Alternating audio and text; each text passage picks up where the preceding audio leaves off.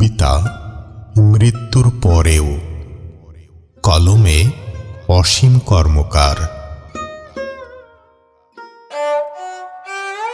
জন্মের দিন থেকেই আমরা প্রত্যেকে একটি অদৃশ্য বিদায় পত্র বুকে নিয়ে হাঁটি। তবু কি আশ্চর্য, মানুষ ঘর তোলে, গাছ লাগায়, প্রেমে পড়ে, সন্তানের চোখে আগামীকাল রেখে আসে।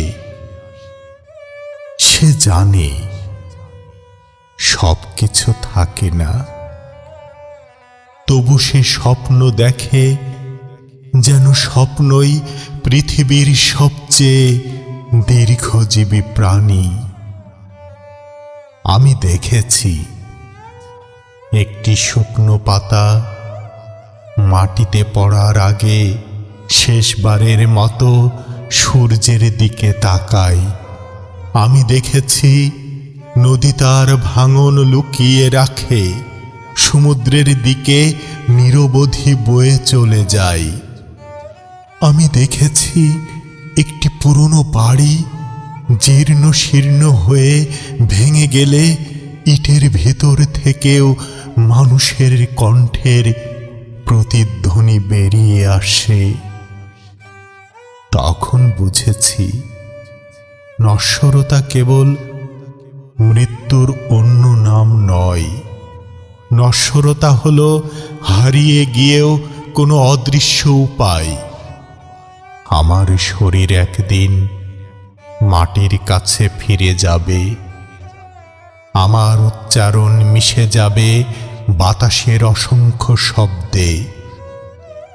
কিন্তু যদি কখনো কারো একাকী সন্ধ্যায় আমার একটি বাক্য আলোর মতো পাশে বসে থাকে, যদি কোনো ক্লান্ত মানুষ অকারণে আবারও বাঁচতে চায়, যদি কোনো শিশুর চোখে পৃথিবীকে ভালোবাসার ইচ্ছে আরো একবার জন্ম নেয়, তবে আমি জানব মৃত্যু আমাকে থামাতে পারেনি।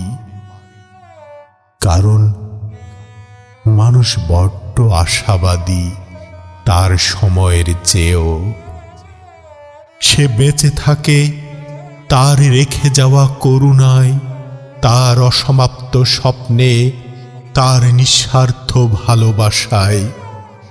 এই পৃথিবীতে আমরা কেউই চিরস্থায়ী নই, তবু এই অল্প সময়ের মধ্যেই এমন ভাবে বেঁচে যেতে হয় যাতে চলে যাওয়ার পরেও নিঃশব্দে কেউ বলতে পারে, কেউ একজন এসেছিল, তার স্পর্শে পৃথিবীটা অল্প হলেও অনেকটা মানবিক হয়ে উঠেছে।